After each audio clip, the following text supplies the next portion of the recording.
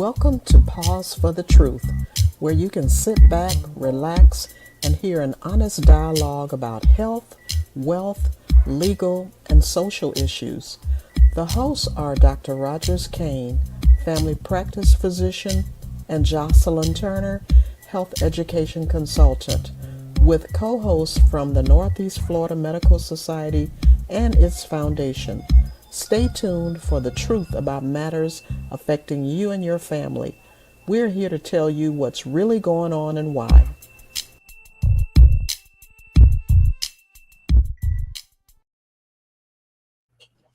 Good evening and welcome to Pause for the Truth. I am your co host, Jocelyn Turner.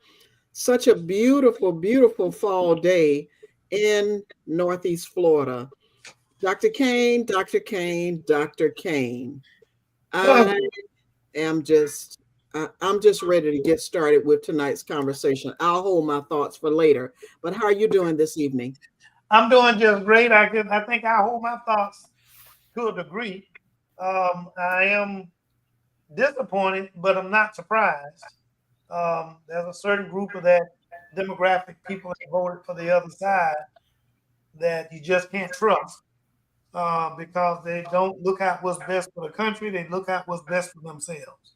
But that's part of what we're going to discuss this evening, along with what do we do next. So, but I'm doing absolutely fine. It's a great day, beautiful days, nice temperature when I came outside from work. And it didn't rain for a change.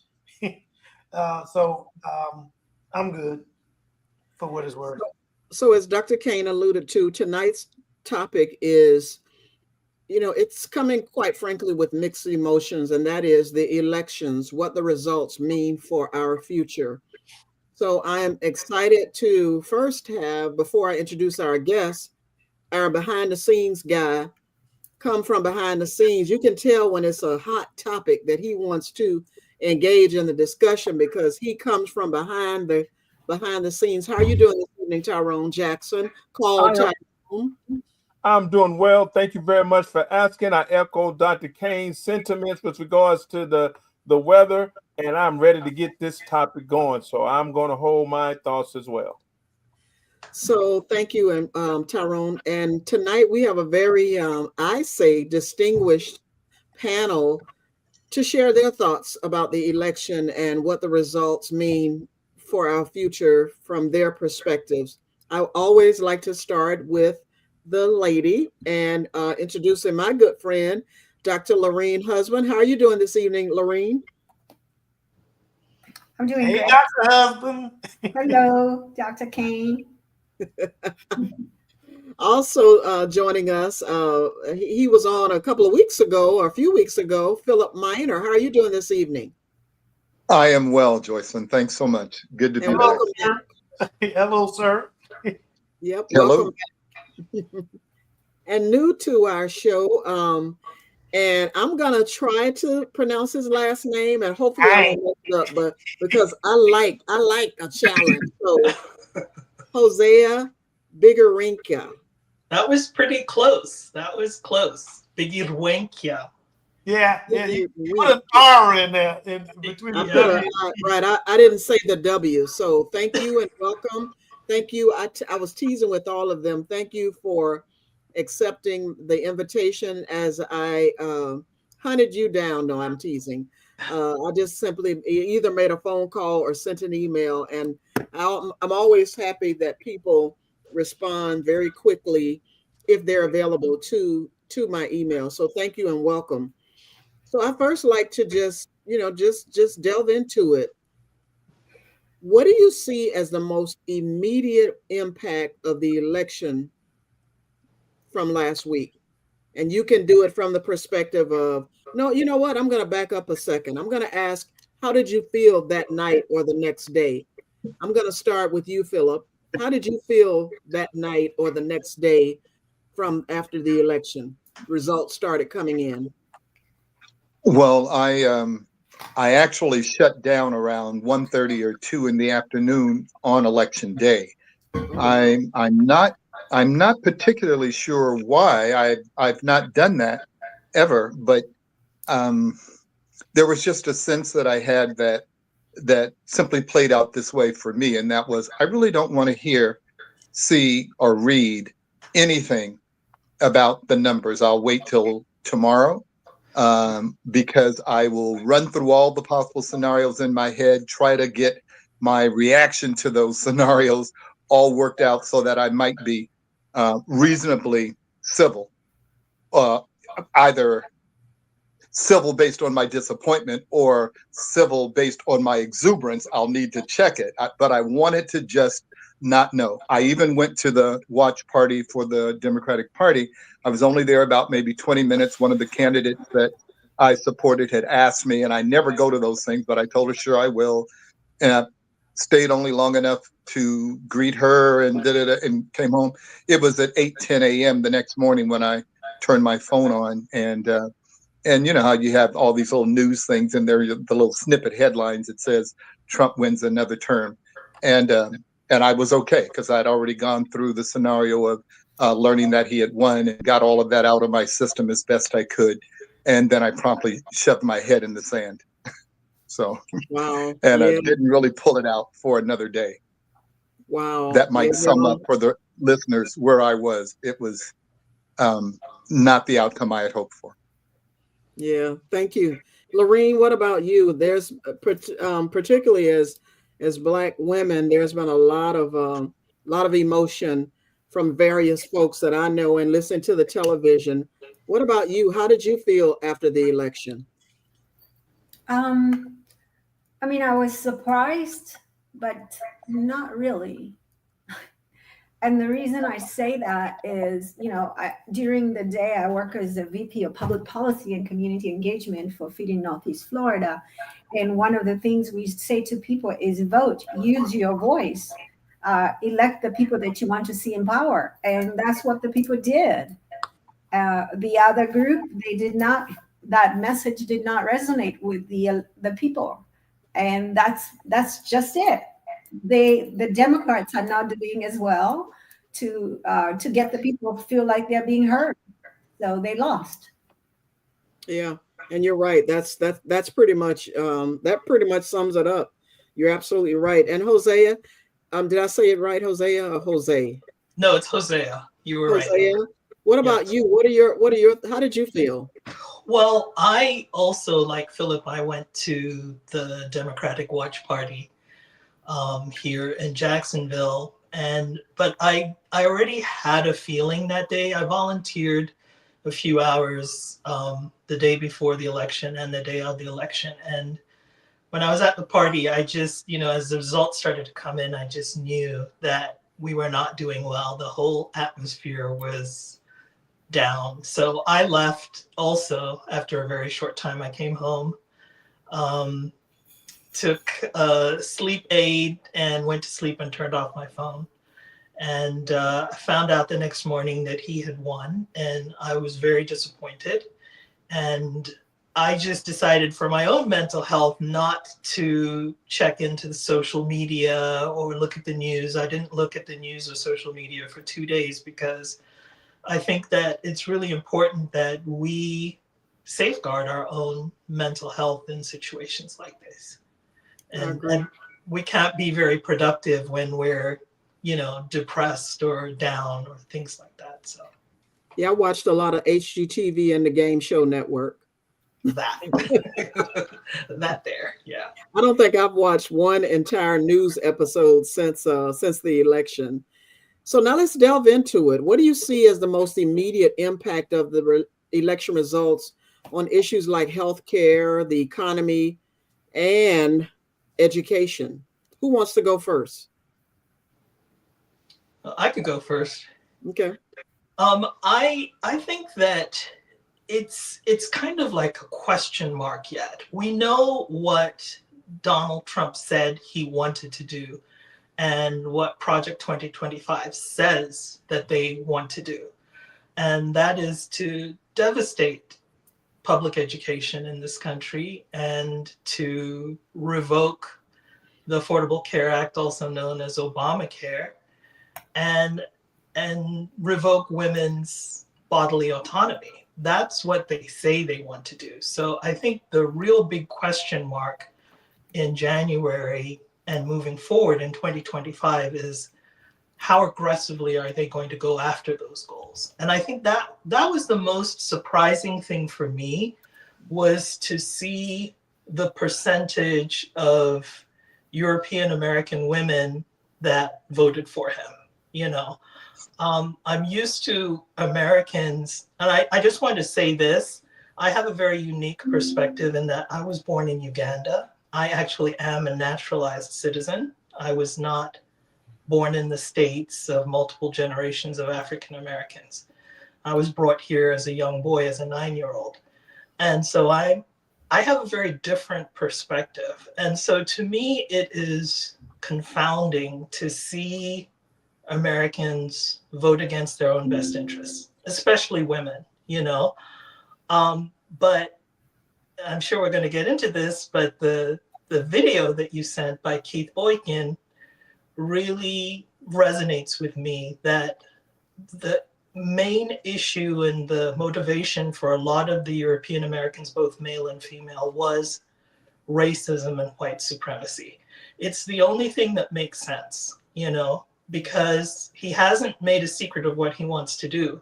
So for a European American woman, a Latina woman, or even an African American woman to vote for him, it clearly shows that they're going to vote against their own interests in order to get what they want.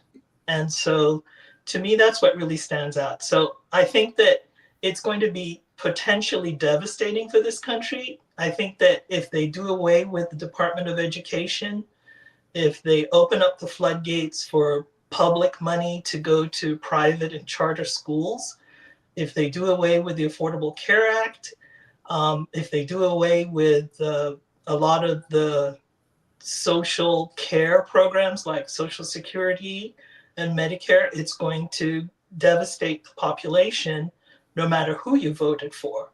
And so to me, that's the thing that really jumps out to me about this program. And even the Latin vote is just amazing to me, because I know that they're going to go after the low-hanging fruit, which is the undocumented immigrants first. But part of Project 2025 says that they're going to go after people like me. A naturalized citizen will have their citizenship revoked and be deported. So for the huge percentage of Latin men to vote for him says that they're either naive or they believe in fairy tales that somehow the axe won't come for them. So Yeah, the Anna Navarro, politician, Republican from Florida, and that's on The View, said, I don't know why people didn't believe him, because he said that all along. And then the guy that he appointed to be over immigration, I saw his interview, and he said that, and the reporter asked him, well, you know, an adult, the parent may not be a citizen, but the children were born in America. So are you going to send Americans back? He said, you know, you're right. Families should stay together so they can all go back. Yep.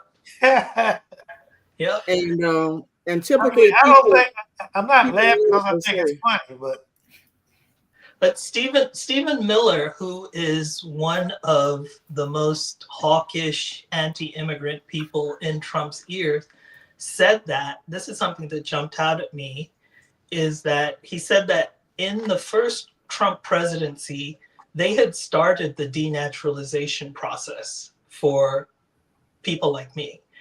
But that in 2025, because they didn't get that far, they're going to turbocharge that process. Mm-hmm. And so Latinos are going to be the first target, but I don't fool myself. I know that naturalized Africans like me will be right in there, you know, because why would he want to keep us when we're darker skinned than Latinos are? And easily identifiable. Yes. Wow. That was chilling. No, I have no words. Lorene, what about you? What do you see as the most immediate impact of the election results on issues like healthcare, the economy, and education? So to speak to what Jose was talking about, the whole, I too I'm a naturalized immigrant from Kenya. So I am in the same boat, right? And on top of that, I'm in the process of finalizing my divorce. So now I'm getting into the new vice president's world of talking about families and the composition of families should look like. Women should not be divorced, etc. So my status could be easily questionable. But I know we're speaking in a lot of hypotheticals. And since the president elect has denied Project 2025 and as an actual document, it's really I don't know what to do, but I can say this. We do know that if Florida is any example of what's going to happen to the rest of the United States, then we should be very scared because we've seen the dismantling of our education system. We're seeing the dismantling of our public health system that is used to be very functional and can barely chug along right now. We've seen the reason why we don't have speed rails throughout the state of Florida is because of our fight with the federal government. So we continue to hurt ourselves despite. So if that's going to be the case, what I'm expecting to see happen is states and cities like ours, Jacksonville, being that we have a Democratic mayor, will probably get really punished in terms of being able to access federal funding to finish our infrastructure projects and all these other projects that we have coming up. I have a lot of senior citizens who are terrified about what's going to happen to their Medicare and their Medicaid, or including their Social Security. And it used to be when the Supreme Court was at least an objective institution that protected our democracy, I knew that there was something you could at least rely on, because for some of these foundational policies like Social Security or Medicaid, Medicare have been entrenched in the American system for so long and may not go away as easily. But that conservative court is proving that what we used to hold as truths is no longer the case, and they too can be bought to vote whichever way the buyer is asking them to vote. So I have no idea what's going to happen to this country, Jocelyn. Let me throw in something on as far as the Medicare and Social Security, especially as it relates to Medicare. He's determined to get rid of numerous departments and to change the infrastructure in terms of how these departments are governed, whether it's Department of Education, whether it's CMS or whomever, Medicare, Center for Medicare. If you look at just the Medicare, he doesn't necessarily have to say, I'm going to revoke Medicare, get Medicare out of the government. What he can do is change the infrastructure of the administration of Medicare that can put enough obstacles in the way just for healthcare to function, period. In terms of, if you start looking at how do we, as Medicare goes, the old saying was, as the Medicare goes, so does the rest of the healthcare system, okay? And so if you start putting people in place who don't know what the hell they're doing, or their job is simply to obstruct the flow of medical care within Medicare, he doesn't need to get rid of Medicare. He just needs to throw something into the cogwheel of his function. And so now you have backup of services up to gazoo, and that you will not be able to get some things done if the insurance companies and the patients don't step up and take on the responsibility of correcting the government's course with what's going to happen. So it doesn't take getting rid of the department, or doesn't get rid of the Medicare bill in itself. All he has to do is put people in there that slow walk the system and not allow it to build, so that people who provide the services can't get paid. Institutions who provide the services can't get paid, or very slow to get paid. And he's just huge. It would crash our healthcare system. Not saying that it's the best in the world anyway, but still what we have, it would crash. Thank you, Dr. King. Go ahead, Hosea. I agree with Dr. Kane. And in fact, we've already have an example of him doing something just like that because, you know, we all know how much he hates immigrants, especially immigrants of color. And so when he was in his first term, I know for a fact from people that applied to change their immigrant status during that period was that they were huge roadblocks, that the time for any document to be processed was like multiplied by 5 to 10. The expenses went up, and he's not alone in that either. Before George W. Bush took office, it was relatively cheap to apply for your green card, to apply for your naturalization. But in order to discourage people from migrating here permanently, George W. Bush super zoomed up the cost so that, you know, poor immigrants wouldn't be able to readily or easily apply for a change of status. And so he can do the same thing with Medicare. And another example of that is his installing DeJoy in charge of the post office, which I'm really disappointed with President Biden that he didn't take the final step and get rid of DeJoy, because DeJoy has systematically destroyed the US Postal Service. Mm-hmm. And this was purposefully done because the Republicans want to chop up the Postal Service and sell its data, which is the most valuable thing that the Postal Service has, to their private billionaire buddies, because that's just pure money to them to have everybody's mailing address and information through the Postal Service. So he has multiple options. And I also want to just throw in there, don't forget that he talked about getting rid of the Constitution. And there are multiple ways in which he can tear up the Constitution. He can just defy the statutes of the Constitution and count on his self-appointed Supreme Court to back him up. Or he can actually tear it up with the backing of a Republican Senate, you know, and potentially a Republican House. There's nobody in place to stop him. There's just nothing. And this is something that Americans have brought upon themselves with this vote. Yes, indeed. Thank you. Philip, what about you? I know we haven't gotten your take on, what do you see as the most immediate impact? Well, my first reaction is that as a person who I turned 74 a couple of months ago, I'm very mindful of at least Black people's history. And, you know, this is a cakewalk compared to the Middle Passage and compared to how long we suffered and endured under slavery and Jim Crow and all kinds of other things. This is just a cakewalk. Many of us own our homes. We have comfortable retirements. Our health care is not related or dependent upon Medicare or Medicaid, all kinds of other things. I guess what I'm saying is that, you know, this too shall pass. The good news for me is that my white brothers and sisters who voted for him in great numbers will soon find out that unless they are in that top 2%, they are in the same boat that anybody that my colleagues on this call have talked about being negatively impacted. They will feel it as well. And one thing that they don't do is they don't tolerate discomfort very well. And one thing that we have seen is that, you know, revenge and all of that other stuff, people will turn on you.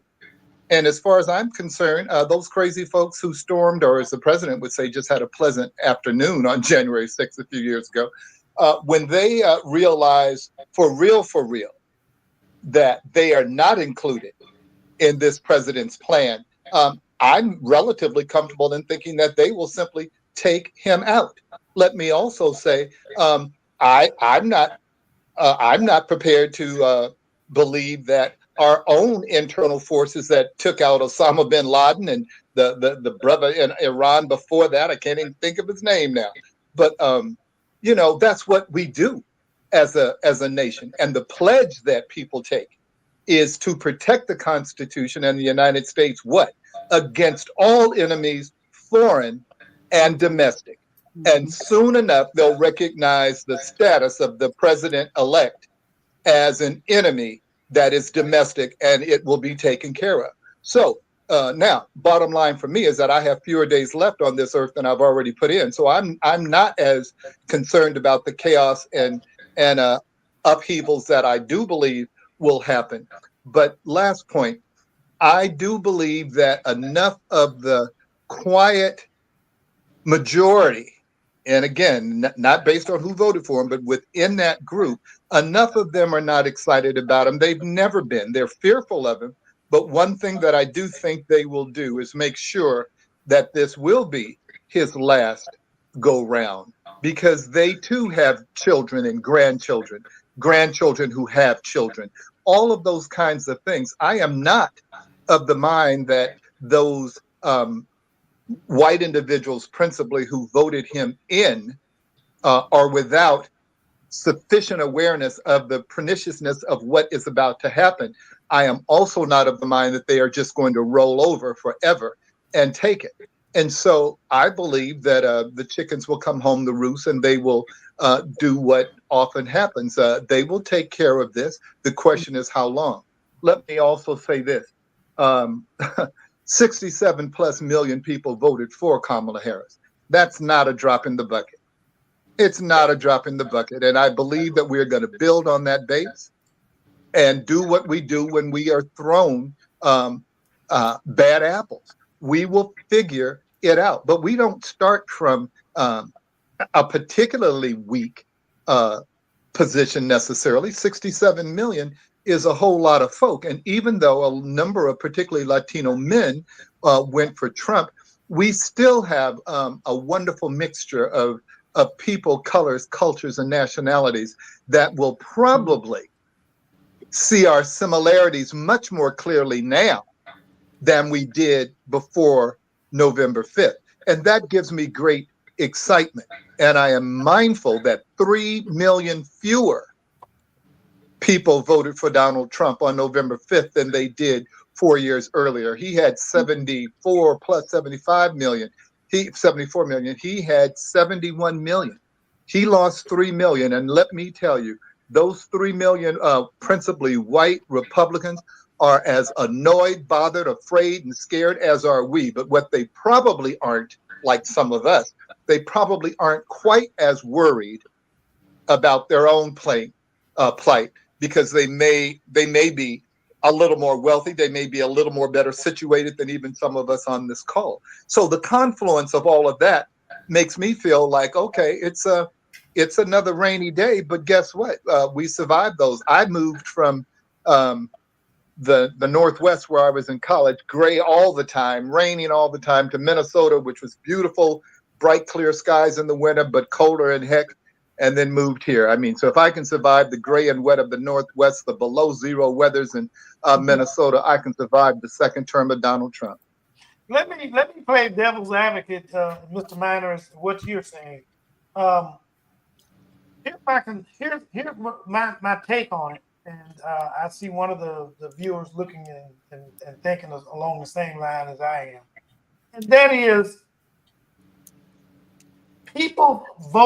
some people voted against what I see what was, if I had to look at it, their own best interest. You know, when you start, when this election, before the results came in, before the actual voting day, it was all about white women coming along and making sure that they preserve the right to protect their bodies and do this and do that with their own bodies, that nobody should be dictating to them, what should happen with their own bodies. However, if you go and look at the statistic, and Mr. Jackson can put that up there, white women came out and voted for Donald Trump significantly. 62% to be exact.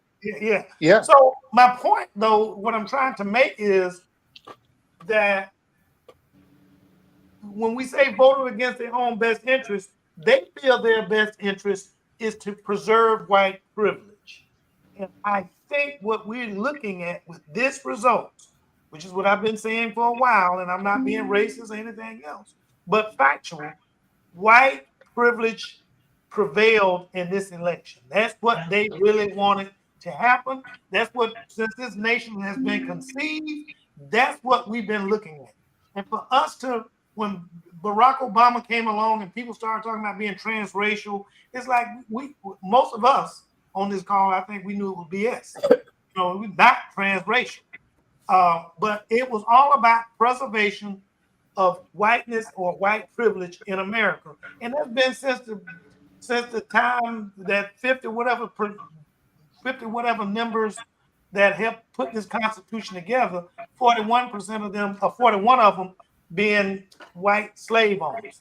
They are about keeping this from day one.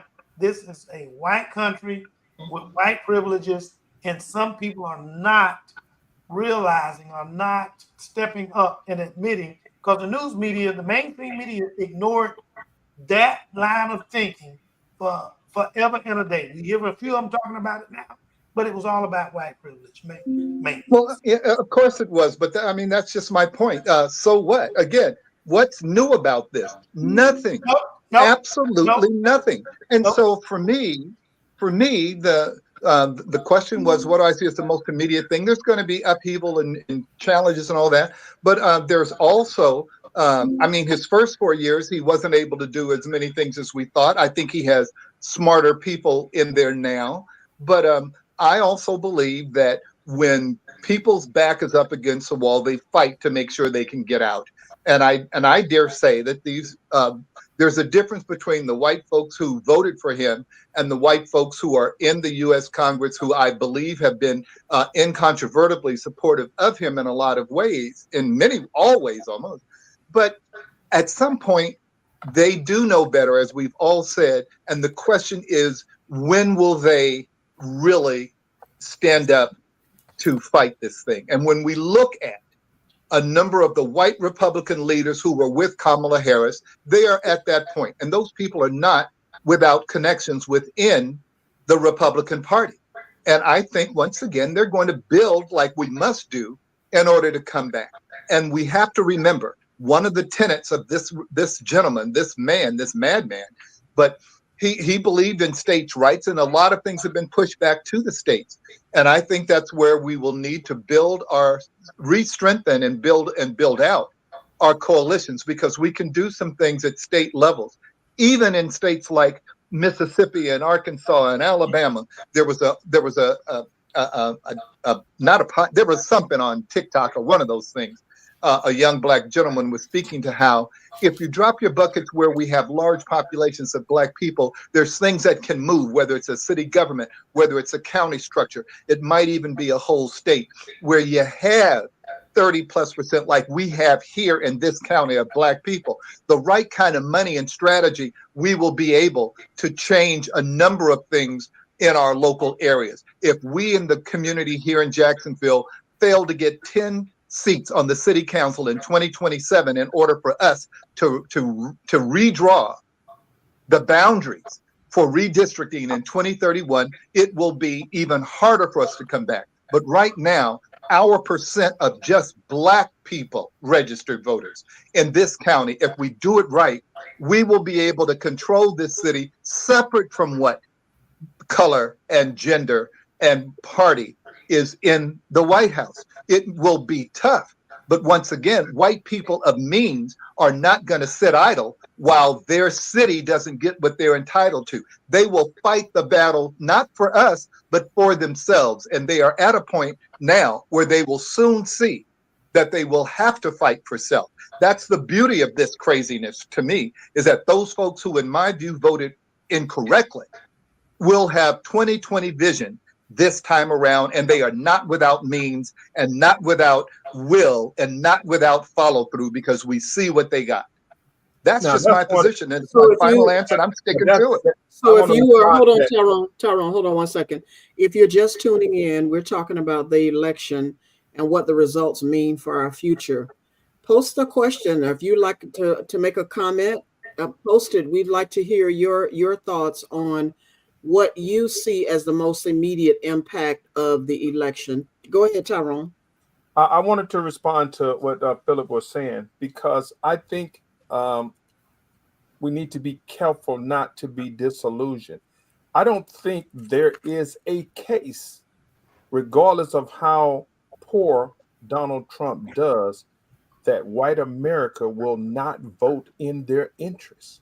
I don't think things can get bad enough. When you look back historically, it never mattered.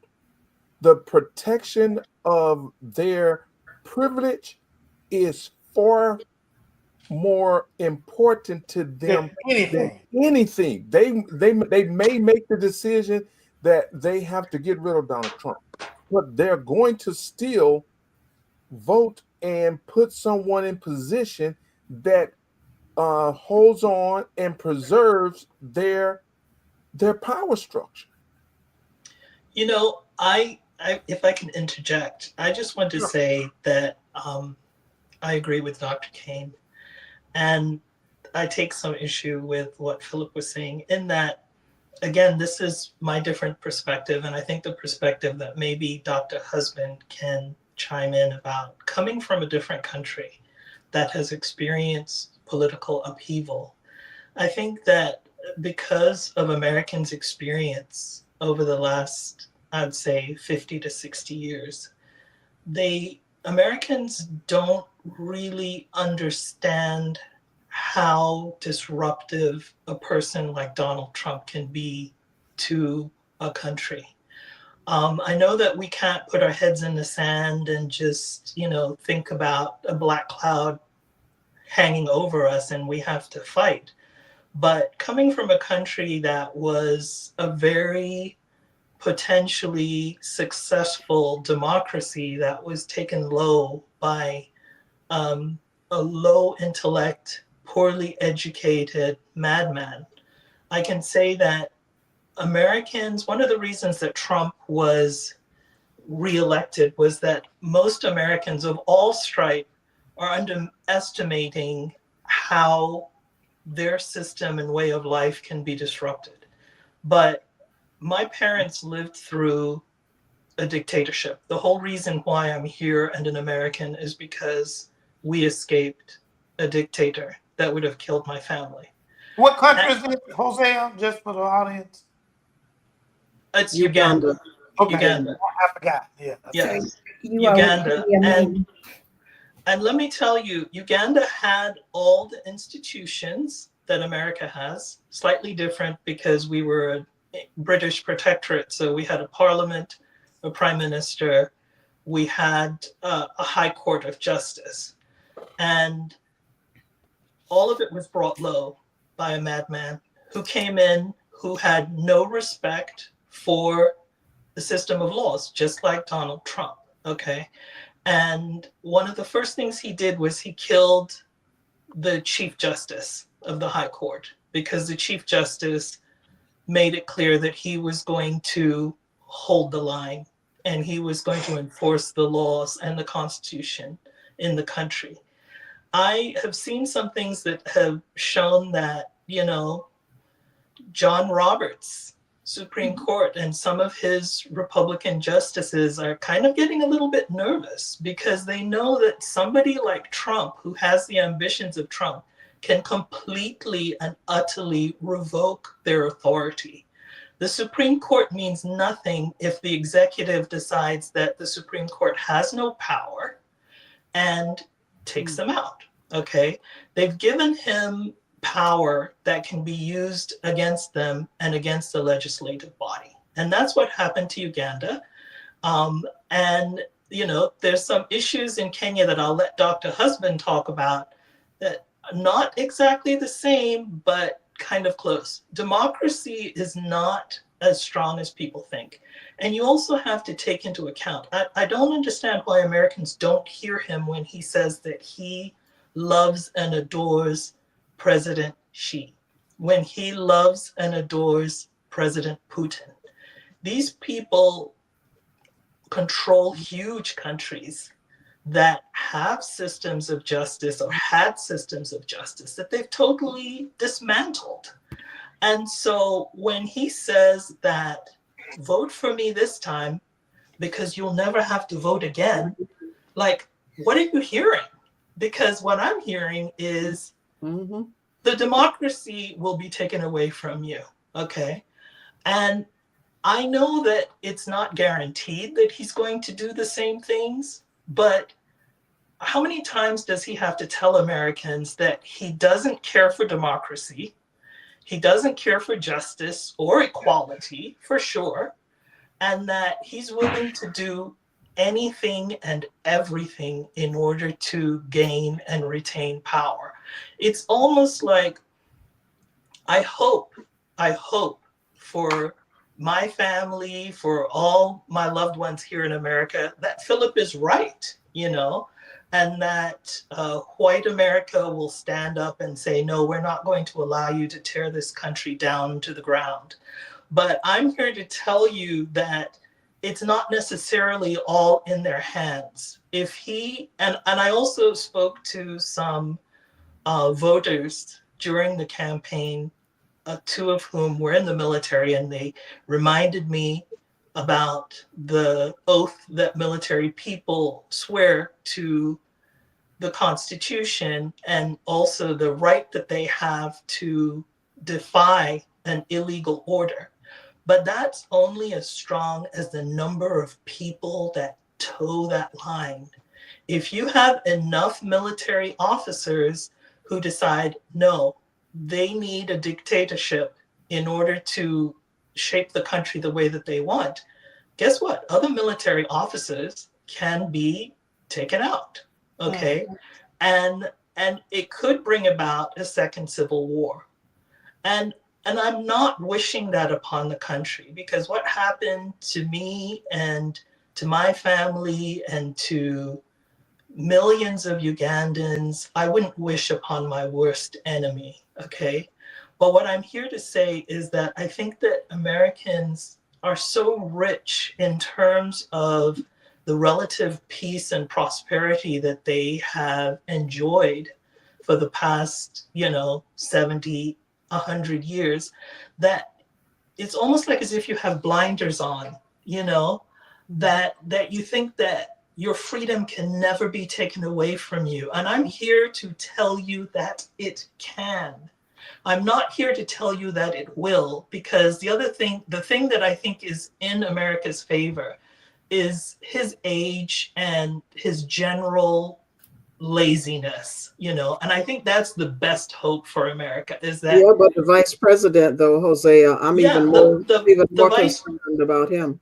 Yeah, the vice president is a different story. He even has more extreme views. If you really read some of the things that J.D. Vance has said, and that I think actually builds on my point. Like, Donald Trump can lay the foundation that J.D. Vance can walk into, okay?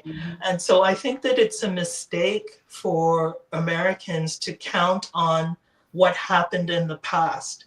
I think that Keith Boykin's video that Dr. Kane and Jocelyn sent is very illuminating. It talks about how this is a repetitive thing where European Americans have reasserted their supremacy, and they've killed before, they've massacred before.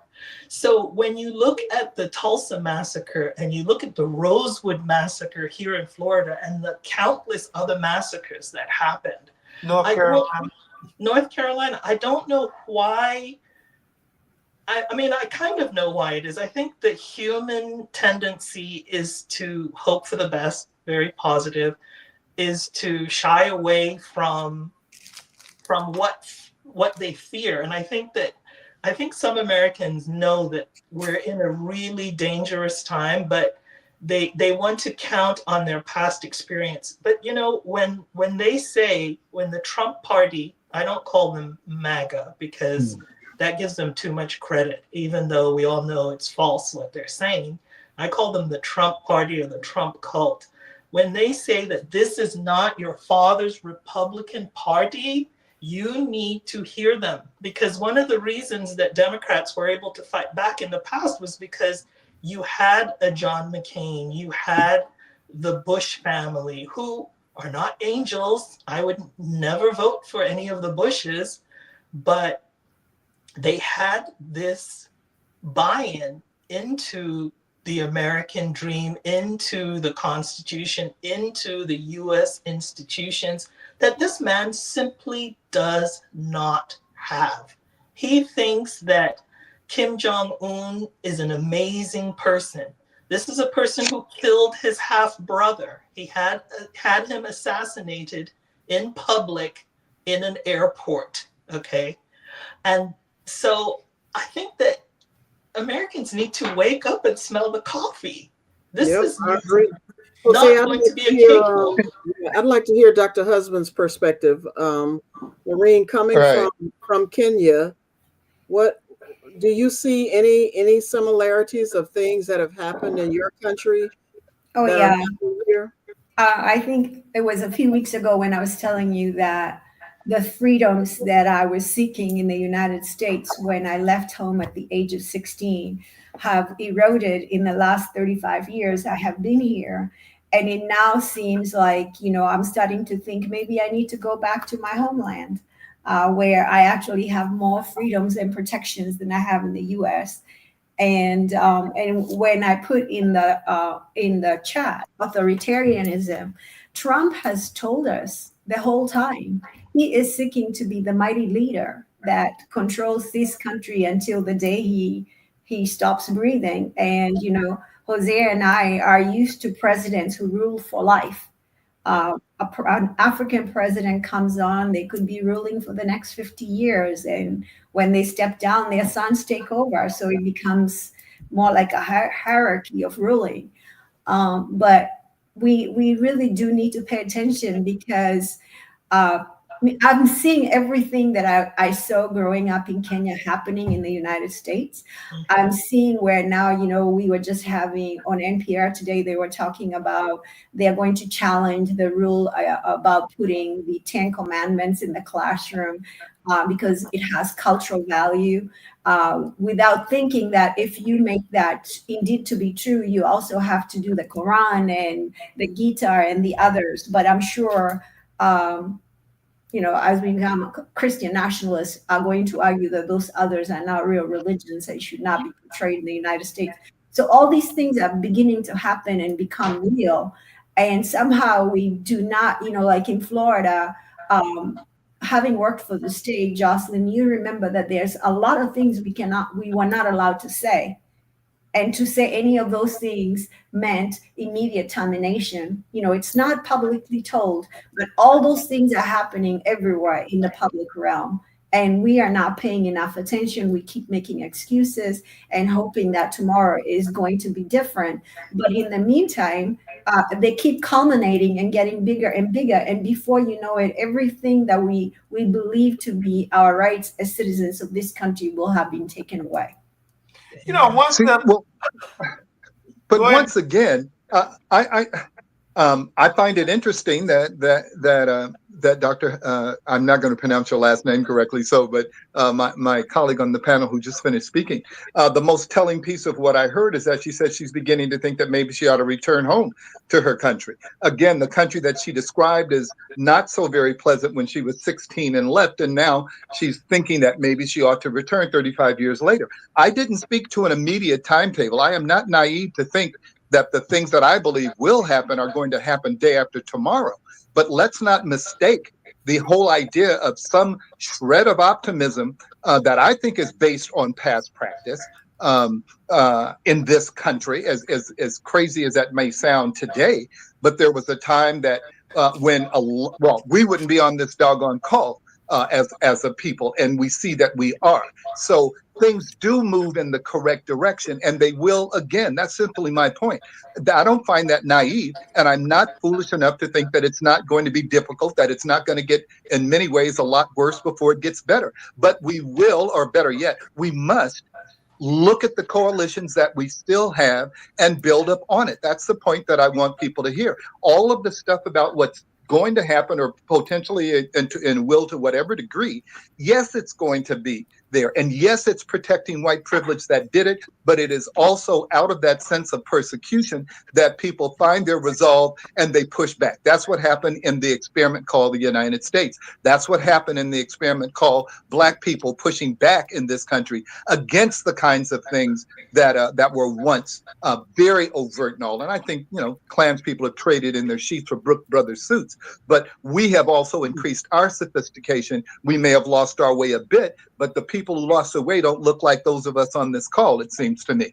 And so I am nonetheless of the mind that we will fight back because we must. The alternative is to roll over, and I don't believe that that's going to be a sustainable position. So my own preference is to then try and look at what then do we do to build upon the 67 million and to grab those 3 million fewer folks who voted for him. That makes us 70 million now, and get busy. And if it's a state at a time, if it's a city within the state at a time or a county, so what?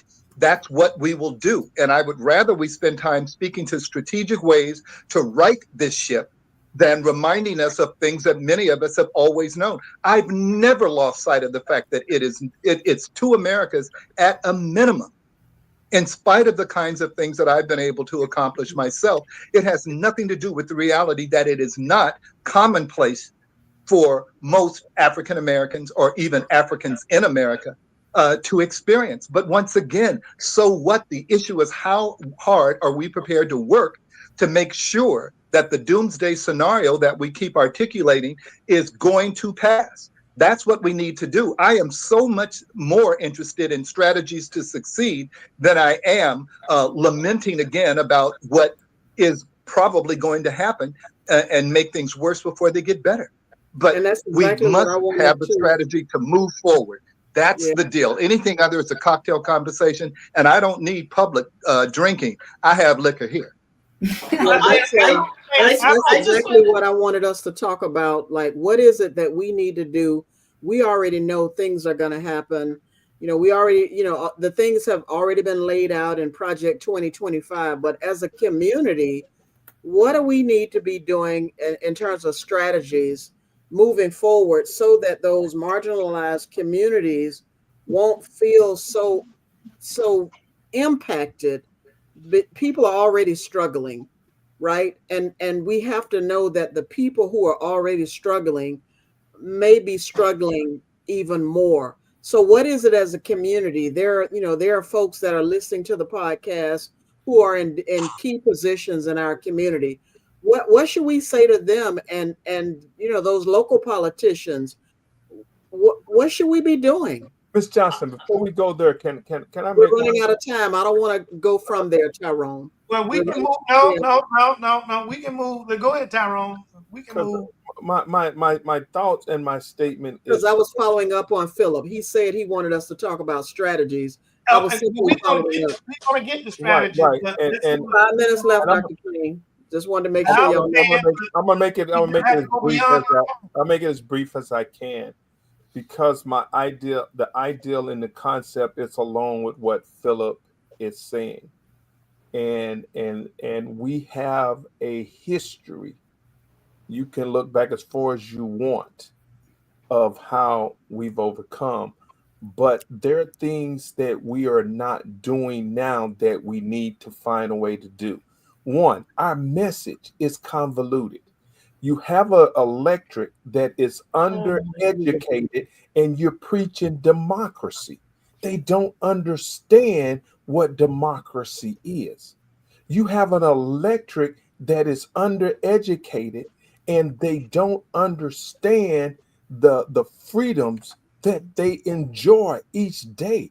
If your message doesn't resonate, then you are going to be lost. One of the things I found extremely interesting is that when Project 2025 was talked about, we've never heard an opposition 2025. Why? Okay, so if that collective got together and decided that these are the things that they were going to put forth, we've never produced an opposition to that. So it stands as the only option in the minds of the people. And when you have an undereducated electorate, then they go with the easy route, not the best route. Can I just say really quickly that when I said what I said, I didn't if it was taken to mean that I knew that this was going to happen, that's not what I was saying. I was saying that this is a possibility. It's not guaranteed that America will suffer the same fate that Uganda and Kenya and some other countries around the world have suffered. What I was saying is that Americans need to be aware that the past is not always a direct correlation to your future, and that Americans need to be very aware about the possibilities of what might happen. I also think that we do need to fight. When I say what I say, it's not because I think we should just lay down and die. I'm saying that we should fight, and we should fight in a very organized way, but you need to be aware of the dangers. You need to pay attention to the things that are being said, and not just say that he said these things, but all these institutions are going to protect us from what he's saying. It's not a given. What I'm saying is that African Americans, Latinos, women, we need to continue to fight to get where we need to be, but you need to be aware about the possibilities. You need to pay attention to what he said he wanted to do. That does not mean that it's going to happen. It just means that it's possible. And that's what I'm saying. Of course, and I heard that. But once again, you didn't in any of your speaking, colleague, you didn't speak to, given that, then what? That's my point, and you've not addressed that. And I'm not asking you to. No. I'm not even asking you. I think we all must think about it. But in terms of some strategies, one is that we need to be having the right kinds of conversations with all of the members of our coalition. I think that it is time, if we're Democrats, we cannot continue to not be very intentional in our conversations with our allies from the other side who were with us in the 67 million, because there is opportunity to build on that oneness and that pain, that fear, whatever it is, and strategize to move forward where we can then increase our ranks. I dare say, Black people, Black Democrats in this county, if there's 135,000 of us, if we gave a damn dollar a month to organization X that's going to fund the kind of collective strategies that we come to, we'd have $135,000 a month. We can do an awful lot with that. We need to encourage our churches. We need to encourage all of our other social civic structures. I'm just dealing with Black folk, but everybody ought to be thinking this way, in my view. We need to then make sure we are continuing to register folk to vote and then educate them. Whoever made the point about message is right. We have to speak to linking or connecting these dots. Democracy is absolutely important, but so is the fact that some people are looking to have a place to lay their head tonight that's indoors as opposed to outside. So there's much we can do, but getting our folks registered to vote. How come the Boy Scouts and Girl Scouts are not insisting that every 16-year-old get a pre-registration form for registering to vote? They can pre-register at 16. They ought not be able to be a Girl Scout or a Boy Scout or a Link or the I Am a Star group. I don't know what percent of the people in that wonderful organization who are 16 and older, how many of them are registered? If all of them aren't, we have a problem. So those kinds of things we need to be doing, and we need to think in terms of winning control as opposed to winning a race. Back to an earlier point I made, I'm a Democrat, that's where I'm coming from. Democrats need 10 seats minimum in 2027 to have control of city council.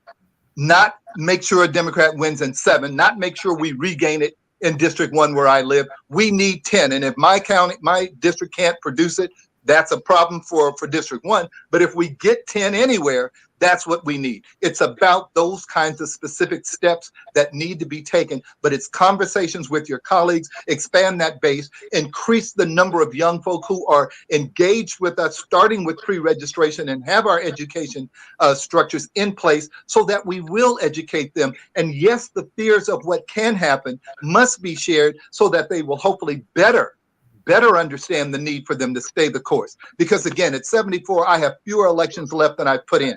But if we get those kids at 16, we get 60 more years out of them. And if it can be 60 years engaged, it'll be great. Mr. Matt, yeah. I don't think anybody on this podcast were saying throw our hands up and complain and so on and so on. And I'm not suggesting that. I'm simply suggesting that we could have spent more time on solutions. I allowed you to talk. Let me finish. I'm sorry, sir. Go ahead. Okay. I don't think anybody on this podcast was throwing their hands up and saying, this is where we are, and you just want to complain. I think what they were trying to make sure is that people understood what happened. And our plan is to, how do we get out of this? How do we deal with what the hand that was dealt to us? This was only a battle in a war of what we are up against since for 400 years. Okay, and so it's a setback with where we want to be, thought we could be, or thought where we were. It's a setback. Now, how do we move forward? I can agree with you on that. It's all about strategy and coming up with a plan, and not for. I mean, people. I understand what other two guests, they were venting somewhat, and I understand them venting. But now I can agree that the next thing to do is a plan, and that's one of the things that we have every intent of dealing with on this podcast. What do we do next? And I think that's what Ms. Turner was headed. What do we do next? How do we how do we put this plan together? You know, there's an overall 10,000, 50,000 foot view of what we need to do, but then we also need to start narrowing it down to what do we do next. And I think my question is actually, what do you think the role of grassroots organizations will be in ensuring that the needs of all communities are addressed post-election? And I think we need to redefine grassroots. Grassroots is not knocking on doors anymore. People. What organizations are you saying, Ms. Turner?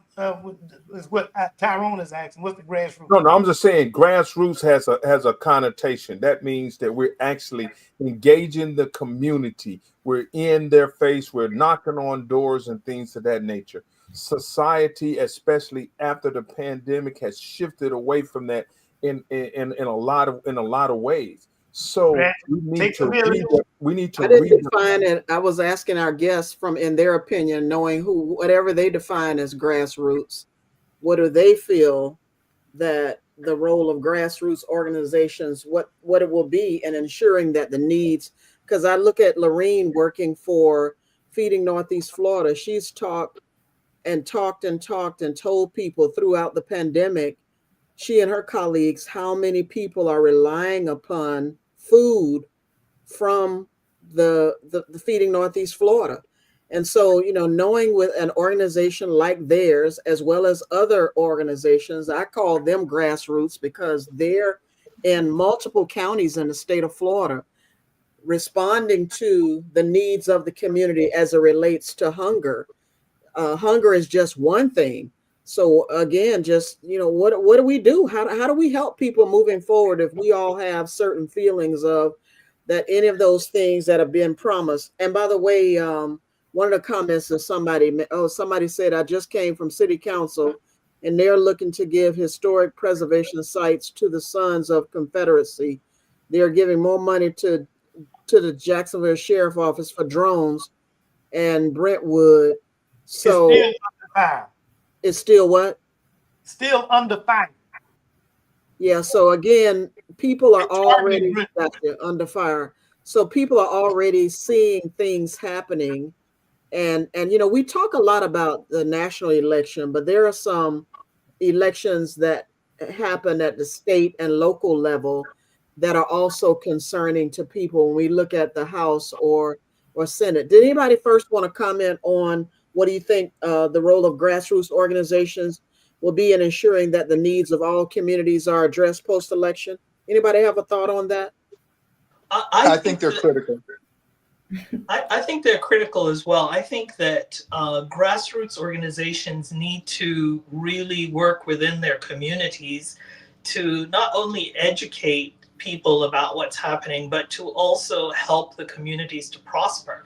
I think that it has to be multi-pronged. Like, you do need to grassroots organizers need to push people to be involved in their local government, because it's one of the ways in which DeSantis has been able to transform Florida, and not in a very positive way. And so we need to fight back against that. I think that the Democrats, Jamie Harrison's policy of a 50-state campaign is a really good one, and it needs to be brought down to the local level. Like, there should be no seat that's not contested, that's uncontested. And I also think that grassroots organizers need to help the community to prosper. I think that if there is something we can learn from history, from American history, is that when we do go through times of trouble, when Americans have gone through, especially African Americans have gone through times of trouble, they've leaned upon their community. I think we need to go back to that and start building a new Black Wall Street. You know, within every state, there is a way in which African Americans, Latin Americans, Asian Americans, well, Asian Americans are pretty good about coming together communally in order to build up their community. And I think that we need to do the same. And that would help the country to overcome some of the issues that we are going to face. So that's what I think. I think that that's one of the ways that we should fight, not to ignore the national level. Obviously, you can't do that because they affect the state and the local level. But I think that more effort needs to be put into building up the local level and to build up community involvement. That, I think, will overcome some of the problems we have that Tyrone was talking about people not understanding the issues or the campaigns that Democrats on the national level are trying to bring across. If the local organizers are engaging with people, maybe the national campaign will be more effective. Well, I think I can agree with both of you guys. I think I agree with both of you guys in that, you know, we definitely got to develop the grassroots organizations. We need to make sure that these grassroots organizations educate our voters about their voting rights, the policy issues, and various, you know, through various educational processes. You know, and many of us do that. Many of us do it and did it. There was the Project 140. Every single state house and state senate seat up, 140 of them, we had a Democrat in the hunt. Many of us worked tirelessly to do that, and particularly here in Duval County, because 2 years ago, we didn't have any Democrat run in State House 17, 16, 15, or 12. And we did this time, all 6 of our seats were filled, and they were filled with young people, which was wonderful. Now, every single one of them lost, other than the 2 heavily Democratic and Black ones, 13 and 14, Kimberly Daniels and Angie Nixon. Exactly. But and they did very well. They got many more votes than any of us ever thought might happen. And so, you know, so we got to continue doing those kinds of things. But that's part of the educational process. That's part of that educational process, and letting people know exactly what you just said, Mr. Minor, that we have people out there running, we have processes in place.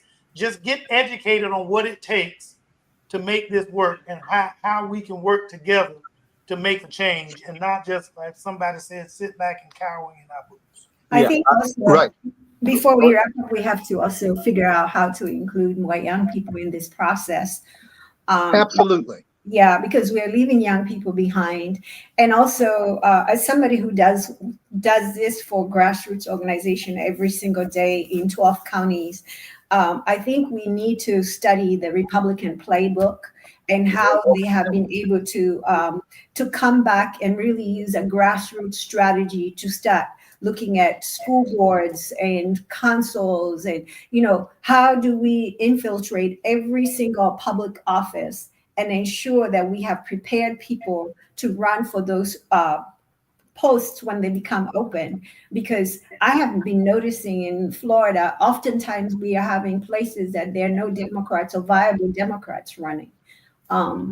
So organized. I think there needs to be a lot more conversations, and I have an opportunity to talk to residents all the time. And most of the time, residents, all they know is they're struggling and working 2, 3 jobs, and things are continuing not to make any sense. And Democrats, we keep coming back with nice, appeasing conversations and no solutions. And we need to Well, be, I mean, and that sounds very general, Mr. Minor, and I know you're going to, but people. well, no, but it is general. You're correct, but it is also not particularly accurate. Our challenge is not having sufficient funds where we can reach everyone. But there's plenty of us and plenty of things that have been done to try. It's not been successful, but I do believe that there's clearly room for improvement. But we work tirelessly to try and reach out. But the conversations on how better your organization, I mean, when you're talking with the young people, do you tell them that they can pre-register at 16 and that all of the challenges that they're facing, an elected official can either make it better or make it worse? It doesn't get any clearer than that. You can connect that dot every day, as you've said, when you're talking with them, because everything that they need, a person who's elected or appointed by someone who's elected is making that call, and they must understand their link to making sure that the right person is making those decisions, and that really is a vote. Yeah, now I think we also need to take into account, because I'm right with you, Philip. I mean, it's more time needs to be spent on solutions, but there's some obvious things that we need to take a look at. Someone said that we need to take a look at the Republican playbook. They're more concerned about winning than they ever are about issues. We're more concerned about issues than we are about winning. It doesn't because we're not matter understanding that we can't govern if we don't win. They understand that.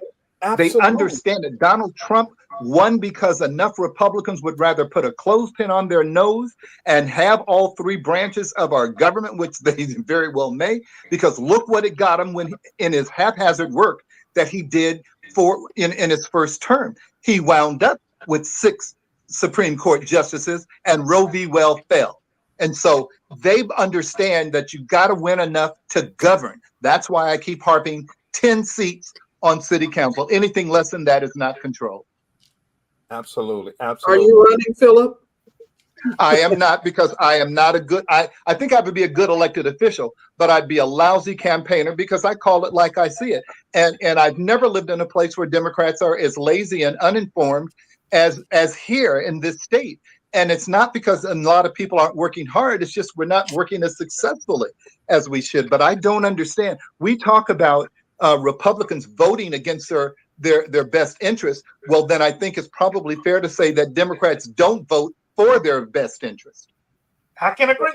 Well, I'm gonna put a little opposition against you. I think the fact that you tell it like it is would resonate with younger folks. For so long, younger voters, especially African Americans, have been fed this line, and that line is too easy for them to see through. So the answer is apathy and disconnection. So they're not talking to me, so I'm just going to disconnect. I love the things that you're saying, like with the Boy Scouts and the Girl Scouts. I love the things that you're saying about organizations and groups, whether they be churches or organizations like Dr. Husband.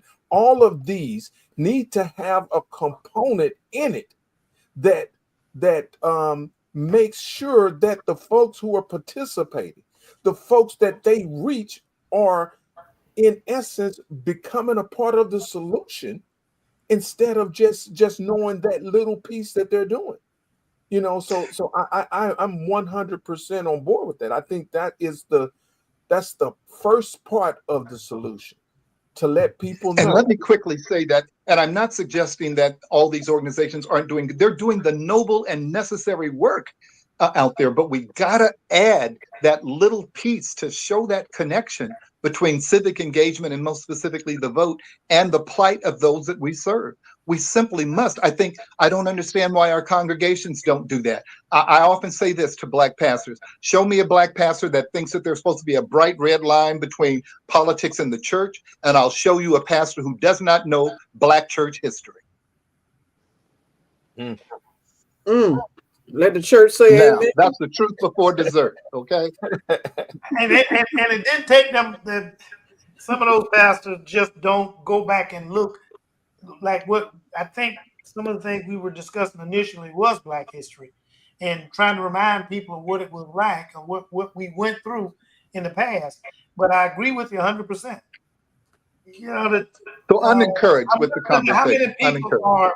I'm willing, really kind of interested in the church and the role it continues to play in our politics, given a lot of the young Black folks are not into the church like my generation is or was, however it may be.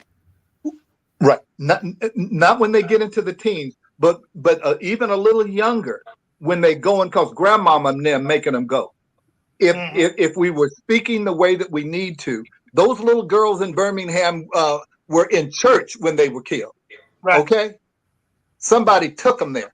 And so we have to take advantage of that captive audience at 11 o'clock every Sunday and help them understand the connection between that time of worship and that time for planning a better way forward, a more perfect way. I never ask them to stray from scripture. I just ask them to link scripture with the solutions that we need in order for people to experience that great experience on this side of glory too. Lorene, I'd like to ask you a quick question before we wrap it up. Yes. How could this election influence future policies on climate change and environmental issues? Well, negatively, it's set to get even worse before it gets better, because we're going to start pumping more oil, not decreasing it. We're going to reduce our infrastructure funding that we were moving towards electrification of our vehicles, and that's going to be pulled back a little bit.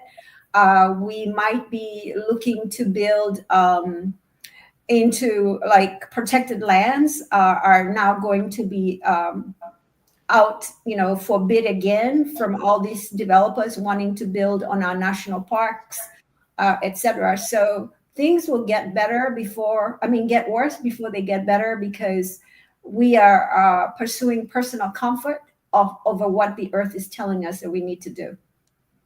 Yeah, and the fact that we're in the 80s in November, people think, oh, it's so beautiful, but it's like, no, that's just a sign of yeah, I mean, really. So, and Tyrone has been putting up the numbers in terms of how the votes were given throughout this past election. I look at gay, lesbian, bisexual, or transgender, and one person said on television the other day they're afraid for their gay child, not feeling good about those folks who have been elected to fill positions.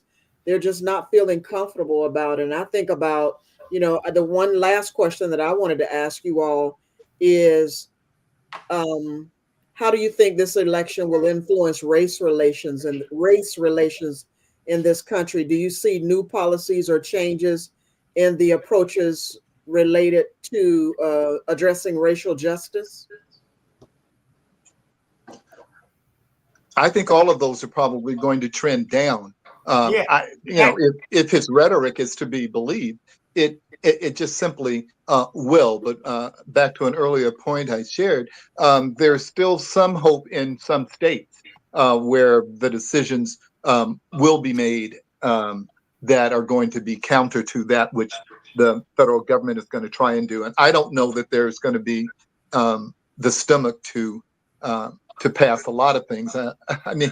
I just don't. And I hope I'm not being Pollyanna-ish, here. But again, there's some things that can happen at the state level. I do think that there's been more success, obviously, at the state level, in not here in our state on the abortion thing, but in many others around. I remember when Kansas, right after the doggone decision at the Supreme Court, they passed, guaranteed access to abortion. So, I mean, there's some green shoots out there. We have to build on them.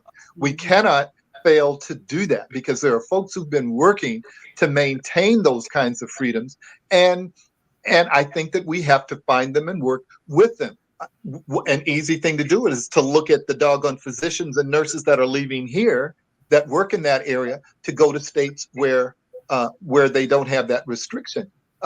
We can look at those states because we can strengthen them even more. I believe in building on your strengths. I don't mean to say disregard your weaknesses, but build on your strength. Moving from good to great might be easier than moving from an F grade to a C. And I'm not saying don't spend time trying to improve the F, but I am saying it is important to build on those strengths, because whether we like it or not, most people, and someone said it earlier in this conversation, people like a winner, and they follow a winner. And so we got to win some so that people will be impressed and hopefully want to emulate or at least join the bandwagon. I think we as Black people, I don't know if the reason we can run so fast is because we tend to not get on the doggone cart when it's safely parked in the garage, but we can catch a moving object if it's going in the direction we want to go.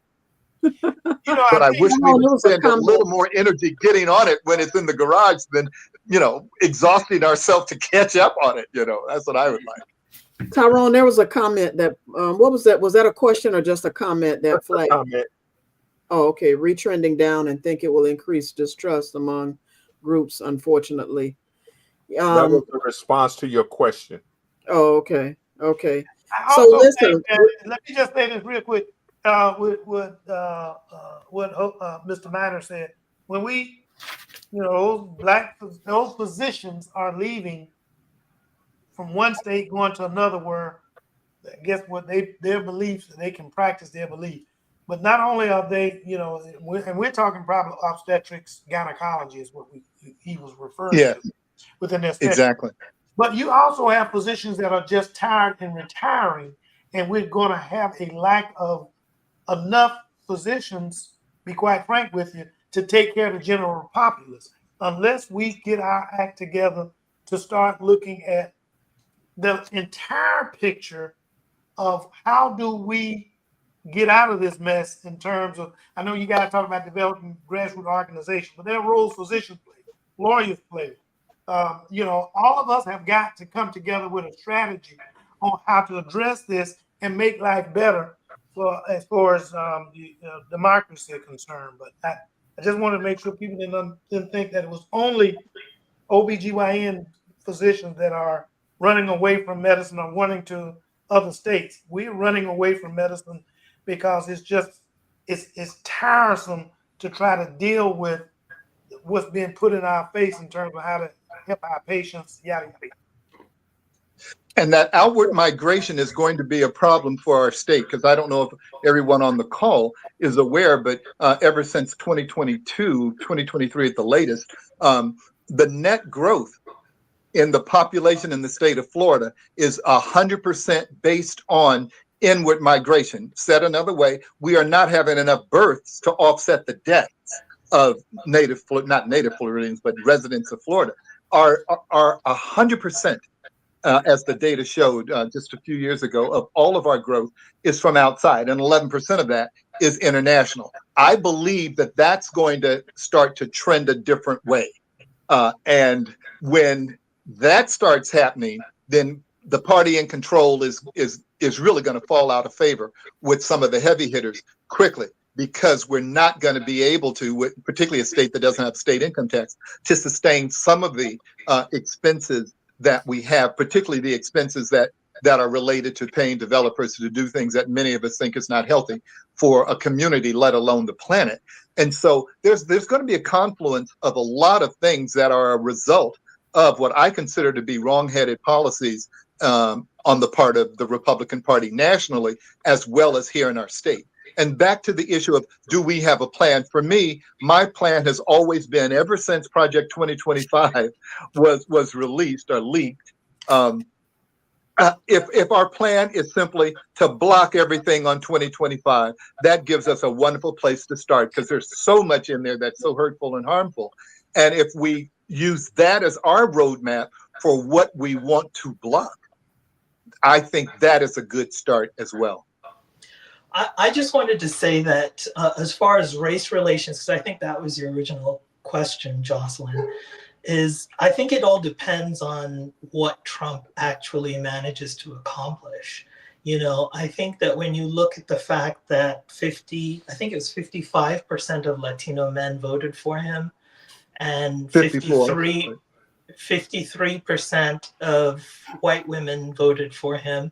Asians, actually, the majority of Asians, I'm happy to see, voted for Kamala. I think that's a really positive thing because Asians and African Americans haven't always had the rosiest of relationship, but I think that that's really positive. But my point is that I think that if they don't feel, like the pain of the deportations or, some of the economic plans that he has, then, I don't know how our relationship with the Latin community is going to improve. I hope it does, but I think that, to my initial point, that when people vote against their own best interests, the only way that they learn is to feel the consequences of such. So Right. I don't wish bad things upon any group, upon women especially. I know how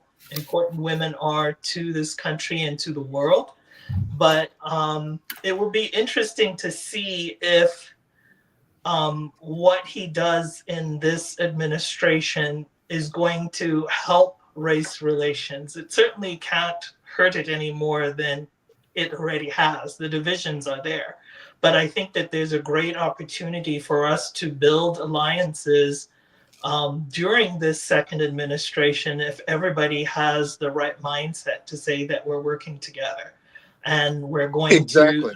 we all want the country to do better. But it's really going to depend, I think, upon what he accomplishes, what he attempts to do, and what he fails to do, as to whether or not we're going to really build those alliances or whether or not we're going to be on our own trying to survive as best we can. So Right. And that's a nearing the piece that end is of going on here. Yeah. If I We're may, though, nearing the- Jocelyn, because You can the put that in Asian your Pacific Caucus, You there is can- that coalition that the good doctor spoke to. I'm the vice president of the Democratic Hispanic Caucus, and I'm a charter member of the Democratic Asian Pacific Islander Caucus here in Duval County. And we worked beautifully this particular election, quite wonderfully, particularly the Asian Pacific Islanders. They contacted every registered Asian Democrat and a number of the Asian NPAs in this county, speaking to the need for voting, and our clear preference was voting blue, but it was a matter of reaching out. That has begun. We were unsuccessful with Latino men, but as you know, the Latino women came in at 61%, Harris, and they are absolutely on fire. And I keep trying to tell some of my Latinas, look, don't spend as much time beating up those doggone men. We got to convert them. Don't beat them up unless you kill them. But but I think that work, good doctor, is beginning, and I think it's going to bear fruit. So something just popped up on my phone that said Elon Musk and Vivek Ramaswamy will lead new Department of Government Efficiency. Yeah. Well, of course, because so I think that the EVs are going to do just fine because he's already getting plenty of government money for that experiment. And now that, they're in bed with him with regard to his space direction too, he's going to, well, I understood that he gained $100 billion on the 5th. So anyway, interesting. And he's an immigrant. Yeah, from South Africa. So is Yeah. Melania. So is Melania. But go So ahead. they got to be careful what immigrants they start sending back, right? Anyway, I digress. Oh yeah. But this has been a conversation, nonetheless, a very feisty conversation. I would add. Thank you all for sharing your opinions and thoughts. And a lot of folks are feeling so many different ways nowadays, but we are nearing the end of the podcast after an hour and a half. And thank you for staying late. And we do like to give our guests an opportunity to share their final thoughts. If there's something that we didn't cover, now is the opportunity for you to share what your final thoughts are, or if you wanted to finish your thoughts on something else that we did cover. I am going to start with Philip. I just want to say that I've enjoyed the conversation very much, and I'm going to end where I began, and that is I have optimism driven by the necessities of doing something, to use Michelle Obama's language, and I simply believe that it will happen. Can't put a timetable on it, but I can tell you I am going to continue to work as I have done for decades to try and bring about the kinds of changes that our country so desperately needs. And when I say country, I am meaning local first, not to the disregard for national, but local is important. And if we're healthy locally, we can push that up line, I believe. But thank you so much for the conversation. Thank you. Lorene, what are your final thoughts? Even though things did not turn out the way I expected, they still did, because people were able to exercise their voice. And so I'm going to continue working to educate and work in community with folks who are different from me and those who are also the same as me, to imagine a world that is different from the present, using courage to wake up every day and do this work in places where people like me are not even wanted. But I will continue working for those who don't even know that I'm working for them. Hello. Thank you. Thank you so much. Hosea, what are your final thoughts? My final thoughts are that I hope and I pray that Americans become more involved in their country's governance. I hope and I pray that all Americans will educate themselves about the way in which their country and their government works and commit themselves to voting. I think that it would be great if we had greater than 2020 participation in national elections. I think that that is the only way in which this country will turn the page and continue to grow in a positive way. So I think that the grassroots are really important. I think that the state level is really important. I think that the national level is really important, and that we all need to work and do something in order to improve this country. But I think that the most important thing is the education.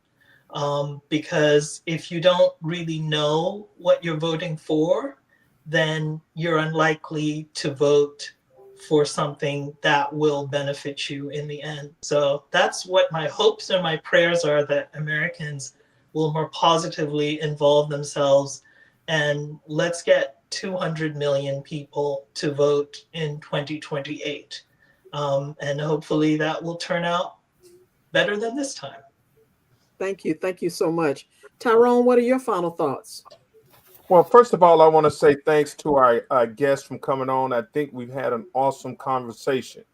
And I think it's obvious from this conversation the multitude of thoughts, ideas, and opinions that have come out of this election. There are some things that I think are important to note, and I like for our listeners to hear that. Brother Philip Minor, he said that, there is positivity available for this and out of this. Now, he can't, like he said, he can't put a date or a time on it. But what I liked most was the ideal and the concept that we all have to get involved, get active, and be the change. And we've heard this before. Be the change. Yes. All right. And that change starts locally. When you get empowered and involved in the local election, then you understand better. Now, the soapbox that I started on is one that I'm always going to ride, and that is the education. As a party, the Democrats have to find a way to communicate to the people where they are, to elevate them to where they want them to be.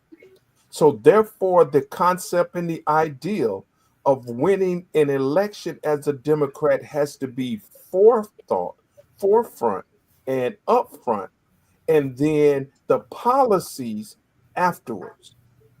And because without that component, without that understanding, my question is always the same. How do you reach people who don't understand?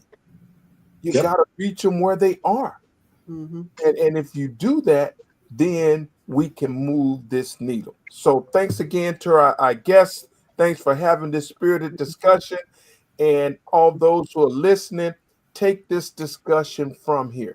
Make this discussion be a part of your life and influence those who are in organizations, who are in groups, who are sitting at home, not doing a thing, to be empowered to get involved. Tyrone, I thought you were getting ready to say something else, but I know your spiritual upbringing didn't allow you to. So, thank you, Dr. Kane. What are your final thoughts regarding tonight's topic? I too would like to thank our guests for being here. Everybody, all of you guys were very informative. I think that, one of the keys, some of the keys that we need to take from here, but especially this one, educating our youth, educating those whom seem to be indifferent about voting and so on and so on. Educate them on why it's important to vote and what it has meant in the past, but also looking forward to the future. Because without knowing where you came from, you don't know where to go. And so I want to make sure that's kind of some of the stuff understood.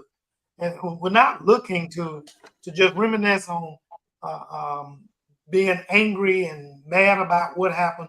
We want to make sure people understand the potential of what could happen. And that's the reason that we want them to be educated in terms of how to make changes and how to support the things that you want to be done by your government. We have to set up a strategy. Martin Luther King had some people that they were strategy committees that people got together and came up with strategies on how to go about moving forward. And I concur with all of our guests and Mr. Minor that everything starts local right now. Like they used to say, all politics are local. Well, meaning that's where you really start from. And this is the perfect opportunity because the next election that's going to occur is going to be mostly local here in Duval because it's time for our mayor and in the next 2 years, obviously, but it's time for our mayor and city council to be elected. Let's start there 100%. Let's go on ahead. I don't care if they're Republicans or Democrats. If they don't do what needs to be done for this city to thrive and for its people within the city to thrive, they need to go. I don't care if they're Republican, Democrat, black, white, blue, green, yellow. I don't care. If they're not pushing for this city to thrive, let them be dismissed. The last thing is we need to come up with a general plan, kind of an outline on how to move forward. How to involve other organizations like NAACP, Urban League, and the Divine Nine, and people, feeding Northeast Florida. Those people who are also concerned with global warming. Because if you can't breathe, I don't care about what other kind of rights you have. You can't breathe. Don't make a damn bit of difference. Okay, so we have to look at what's important. And the Democrats have got to buckle down and start playing. That's the only thing one of the things I've disagreed with Michelle Obama. When they go low, we go high. They go low, I want to go lower. That's just my opinion. That's my opinion. They go low, I want to go lower. Okay? How low can you go? How low can you go?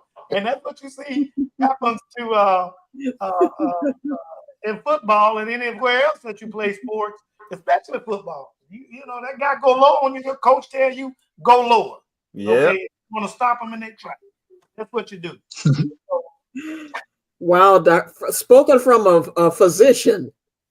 Go lower. Hit them harder, right? Whoa, Hit them harder. Well, as was already said, thank you to our guests, Hosea, Philip, and Lorene. Thank you so much for taking time out of your busy schedule. As we wrap up today's discussion on the election, what the results mean for our future, we want to thank our guests for sharing their insights and perspectives on what lies ahead. From potential policy changes to the evolving landscape of race relations and gender equality, it's clear that the election results hold significant implications for communities across the nation. As always, we encourage you, our listeners, to stay informed, stay engaged, and continue the conversation with those around you. Remember, democracy doesn't end on election day. It's an ongoing commitment to shaping a future that reflects the values we believe in.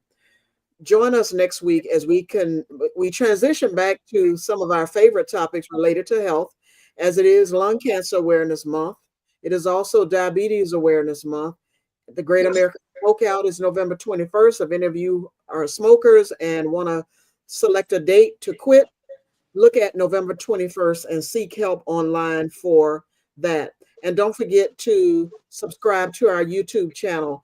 I sent a link to several of my friends and they've commented throughout and sent me texts. So thank you for tuning in. And also please subscribe to our YouTube channel so that we can get this message out more. We had a great discussion tonight. I would love if more people can hear it. Share the link so that they can hear just some other perspectives on the election. Good night again, and we'll see you next week on Pause for the Truth. And there we have it, another episode of the Pause for the Truth podcast in the proverbial books. Our heartfelt thanks go out to every one of you who took the time to tune in. Mark your calendars, we're here every Tuesday at 6:30 Eastern Standard Time. Feel free to join our community on Facebook, Twitter, and LinkedIn. But the golden ticket? Subscribing to our YouTube channel.